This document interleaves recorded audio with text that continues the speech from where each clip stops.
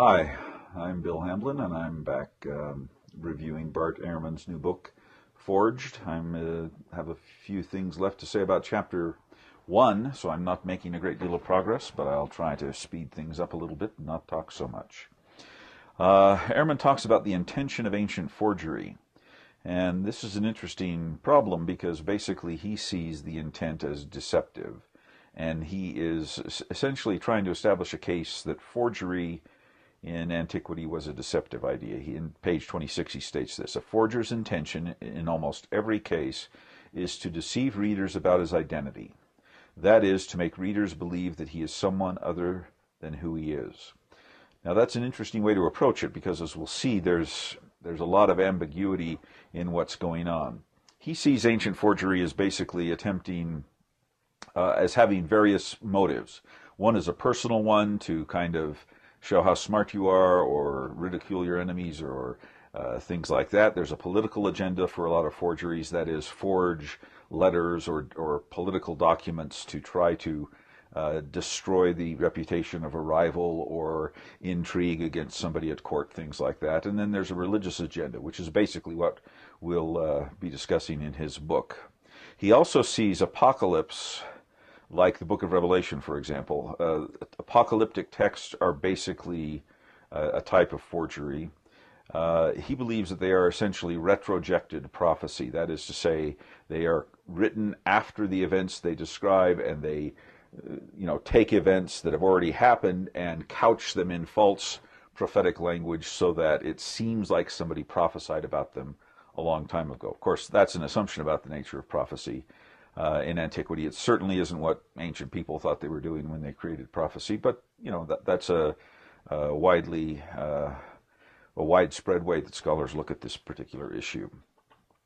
Now, he cites an interesting source by a fellow named David, who wrote a commentary on Aristotle, and this is an ancient source. He says basically this: if someone is uninfluential and unknown, yet wants his writing to be read, he writes in the name of someone who came before him that was influential, so that through his influence he can get his work accepted. That's basically saying that if you have a philosophical idea and nobody wants to pay any attention to you, you write a philosophical book in the name of Plato or Aristotle or someone, and then you pass off your work as if it were the work of Aristotle, and then people will accept your ideas.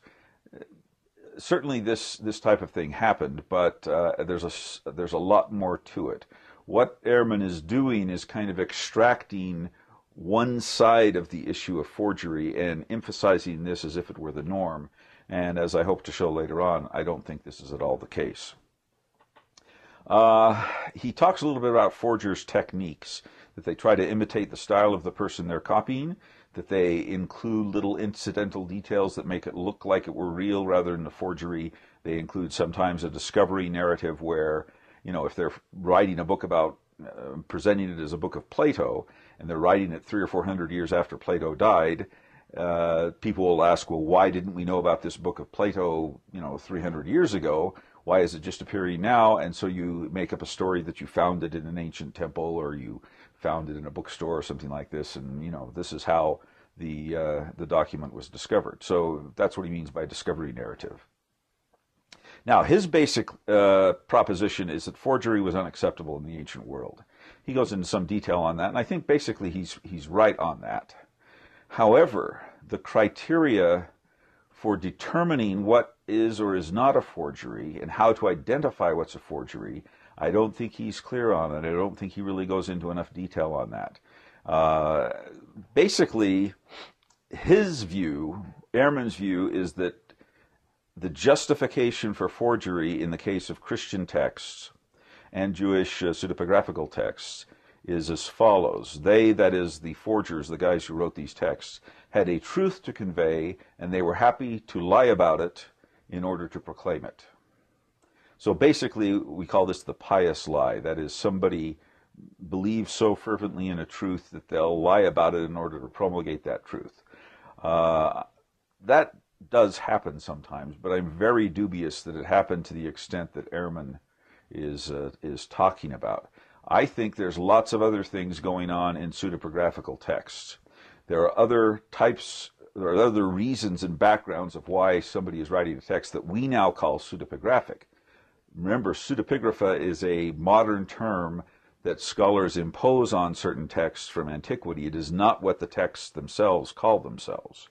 So, from my perspective, there's at least 4 other reasons, rather than the Pious Lie, that people wrote pseudepigraphic texts. Number 1 is that they believed they were receiving a revelation. Now, whether they really were or not can be debated, but my position is that they sincerely believed they were receiving a revelation, and if that's the case, they didn't see themselves as forgers or as writing pseudepigrapha. They were writing the revealed truth. Secondly, I think disciples frequently wrote the teachings of their masters. That's not pseudepigraphy. That was a standard way to go about doing this. Ehrman discusses this a little bit later on in his book, so I'll save a fuller discussion for that. But basically the issue is the writings of Aristotle were written by his students. The writings of Socrates or the teachings of Socrates were written by his students. The teachings of Pythagoras were written by his disciples and subsequent people. The teachings of Plotinus were written by his disciple Porphyry. These are not people forging documents of their masters. They are recording the recollections and the texts and the notes that they had of their masters' teachings. That's not pseudepigraphy. And I'll go into detail more on this a little bit later on. There's also oral tradition. Ehrman doesn't seem to grasp or at least engage the issue of oral tradition, which is crucial in antiquity, especially Jewish antiquity. Lots and lots of ideas were passed orally, and when they were written down, they were said to be the teachings of so-and-so as passed orally. The people didn't see themselves as forging or making a pseudepigrapha about this. They were simply recording the oral tradition of the teachings. And fourthly, I think there's fiction going on here. For example, we have historical books about Alexander the Great, and then we have fictional novels about Alexander the Great. I don't see why it's not possible that Jewish rabbis or Christian teachers told fictional tales like Jesus' parables that maybe people now think are false, lies, forgeries, or whatever, but they didn't intend them to be presented as forgeries in that sense, but as fiction that told a spiritual, allegorical, parabolic truth. So I think there's a lot more going on that Ehrman hasn't engaged so far, and we'll see if he proceeds and engages some of these issues in his later chapters. Thanks for listening.